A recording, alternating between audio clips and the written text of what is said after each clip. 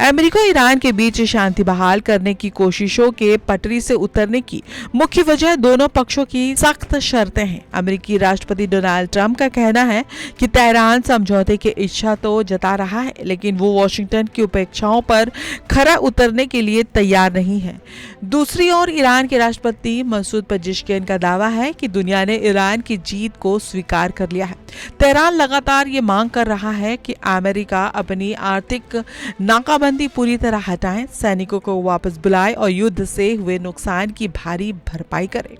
कूटनीतिक स्तर पर बातचीत अटकने के बाद अब अमेरिका ने तेहरान पर आर्थिक शिकंजा कसने की पूरी तैयारी कर ली है।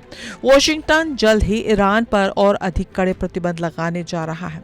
हालांकि ईरान ने इन कदमों को खुला आर्थिक युद्ध और औपनिवेशिक मानसिकता करार दिया है। ईरानी विदेश मंत्रालय के प्रवक्ता ने साफ शब्दों में कहा है कि ऐसे दबावों के आगे तेहरान झुकने वाला नहीं है। कूटनीतिक गलियारों में माना जा रहा है कि प्रतिबंधों की ये नई लहर दोनों देशों के बीच बची खुची बातचीत के दरवाजे भी पूरी तरह बंद कर सकती है। मौजूदा तनाव के केंद्र में दुनिया का सबसे संवेदनशील तेल मार्ग स्ट्रेट ऑफ हॉर्मुज भी बना हुआ है। इस रणनीतिक जल डमरू मध्य पर नियंत्रण और सुरक्षा को लेकर अमेरिका और ईरान के बीच गंभीर मतभेद जारी है। यहाँ भारी तनाव का सीधा असर वैश्विक ऊर्जा बाजार और कच्चे तेल की कीमतों पर पड़ रहा है। विशेषज्ञों का मानना है कि जब तक इस समुद्री मार्ग और परमाणु कार्यक्रमों पर दोनों देश किसी ठोस समझौते पर नहीं पहुंचते, तब तक मध्य पूर्व में शांति की उम्मीद करना बेमानी होगा।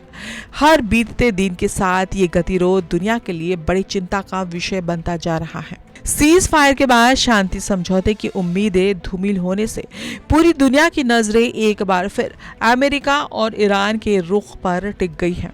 राष्ट्रपति डोनाल्ड ट्रंप के बयान और ईरान के कड़े तेवरों ने साफ कर दिया कि दोनों देशों के बीच रास्ते अभी काफी अलग है।